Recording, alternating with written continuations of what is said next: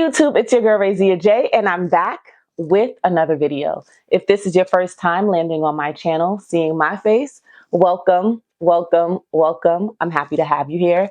And if you have been rocking with Ray, thank you so much for your continual support. It means the world to me. If you have yet to subscribe to the channel, this is your opportunity to look down below and make sure that you are part of my tribe. If you are not, take a moment, hit subscribe, and then let me know in the comments that you are new here so I can personally say hello. On this channel, it's where faith, family, and social work intersect. I am a believer, military spouse, mom of two, and macro social worker. And if any of those things are things that are similar to your lifestyle, I encourage you to subscribe. On this channel, we talk a lot about the social work program journey as a student, but I also help emerging social workers identify where they want to land as a social worker and how to make the best of their career choices so that they are intentional and planting the seeds that will literally feed their future. So with that being said, today's video is going to be something along the same lines. We're talking about academics. We're talking about college graduates. We're talking about students. As you can see from my shirt, I have a Haitian flag on my shirt, and it's really symbolic to this video of me being a first generation graduate student, right? I was a first generation college student, and with that came its own unique challenges. So I'm going to step away from the lens of social work students and social work programs for a moment and just talk about some of the challenges that are faced by students trying to navigate the academic landscape as a first generation student in America. But before we jump into today's videos, take a look at my glasses, guys. So these glasses,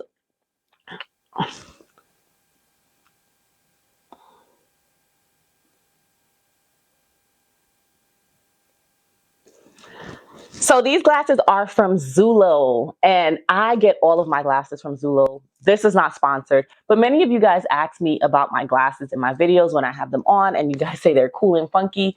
These are just another pair that's cool and funky, and I wanted to let you guys know that I get my glasses from Zulo. So if you wear glasses and you wear them every single day and you want to have some diversity in your frames and you want to have fun with it, Zulo is definitely a place to grab some glasses. They are affordable. They ship right to your doorstep, and they have never messed up my prescription, and I have pretty bad eyes. So with that being said, let's hop into today's video, navigating the academic landscape.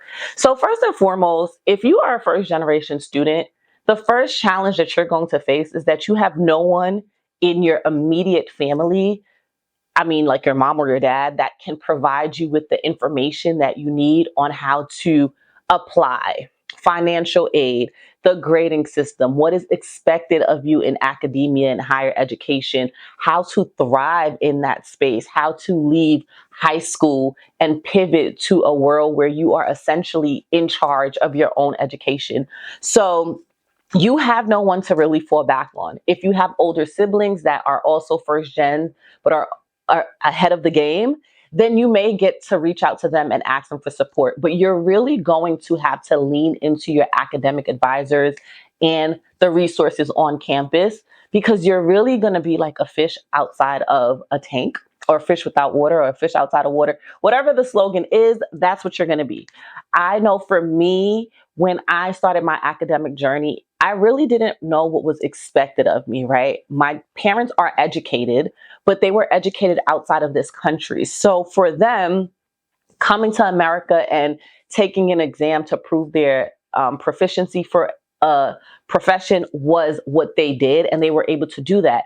They did not really have the ability to share with me, like, this is how you apply for financial aid. This is how you take scholarships out without going into debt. This is how you do certain things so that you are ahead of the game. And I would say for me, that was probably one of the biggest learning curves, because who wants to go to school and really not know how to succeed in a space because you don't know what to do? So that is the first challenge for first generation students. We don't have a prototype. We don't have someone to look at in our family to say, oh, this is how it was done. This is what you should do. and this is how you go about X, Y, and Z. So we really have to rely on our universities and institutions and colleges to have those resources available for us, and for us to also want to tap into said resources. The second one I'm going to say is financial constraints, and really being burdened by how much it really costs to go to school in America. I don't know about you, but school in the United States of America is not cheap. And being a first generation student, you may not have the 529 educational plan waiting for you. You may not have someone telling you to look into funding or looking to schools that have a lot of scholarships or resources to help you buffer that cost. So ultimately, you go into these universities, you go into these colleges, and the first thing you do is do your FAFSA. You might get a grant, a Pell Grant or something like that, depending on your family's income. But the rest of your educational financial burden is going to be taken on by student loans, Sally Mae. And the problem with that is because we don't have someone to tell us about the downfalls of that, we either take out too much money in the student loans, we don't take out enough, and then we don't have a plan for repayment when we are done with school. So I think the financial burden of not having a person to tell you what to expect is a little bit harder and more challenging. I know for me in my graduate journey, I looked for scholarships, I looked for funding, I looked for money because I knew that I did not want to have a financial burden on myself and my husband because, again, I was an adult learner. So I knew a little bit more by researching. But for many students that are first generation, they may not speak the same language. They may not speak English. They may not have the resources readily available for them to even look up these things. And they also just don't know what to look up. So the financial burden is something that is really high on the totem pole for first generation students. And another thing I want to say about that is a lot of students that look like me, Black and brown students, we are not aware of things like fully funded programs and how to get a school see us as an asset and to pay for our academics. And ultimately, that is out there. I have met a lot of students over the years that never paid a penny for school, starting with undergrad, because their family knew what to do to set them up for success, whether that was college now classes, whether that was making sure that they graduated from high school with an associate degree, and then setting them up as a catch for these universities to want to fully fund them and pay for them to go to school. So that's another thing that we don't have this information. And as first generation students, we're going to be the test dummy. And ultimately, we learn from our own experiences so we can help our children, help their children, and, change the trajectory of our legacy and our generation. I would say the third thing is really knowing how to navigate the academic system. I would say this higher education is a world of its own. It's its own system and it has its own tools in place for us to succeed. So I see a lot of first generation students bouncing around from major to major because they didn't do the due diligence beforehand to identify what would be a great fit for them and where they would thrive. And I think oftentimes some of the pressure of that is because we come from families that say things like, you should be a nurse, you should be a lawyer, you should be a doctor, you should be an engineer. I am Haitian American. Those are the things that were expected of me. I ultimately said to myself, I got to be a doctor. So I put myself through courses that didn't serve me, that were painful, that yes, I did good in, but I struggled because it wasn't my lane, right? People are like, what are social workers, right? When you're a Haitian, right? Like the first time I told my family I was thinking about social work, the response was, oh, ou pral petit moun, which is basically you're going to take somebody's kid. And that was never my goal or expectation, but that was what social work was played to be, especially in my community. So I took longer to finish my degree because I was trying to figure it out. So oftentimes, 3 and 4, because I'm going to say my fourth thing is not having the familiarity of what to expect in academia and higher education because you don't have family that's been through it, right? So 3 and 4 go hand in hand, right?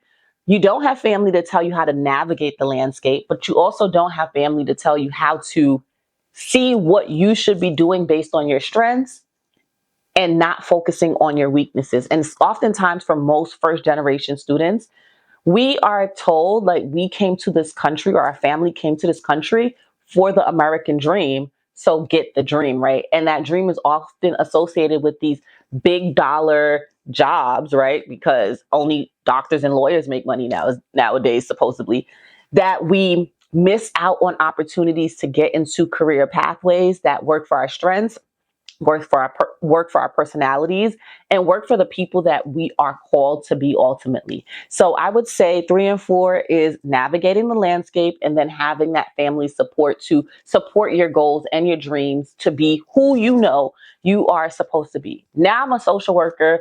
My mom sees me doing amazing work and she is patting me on the back, right?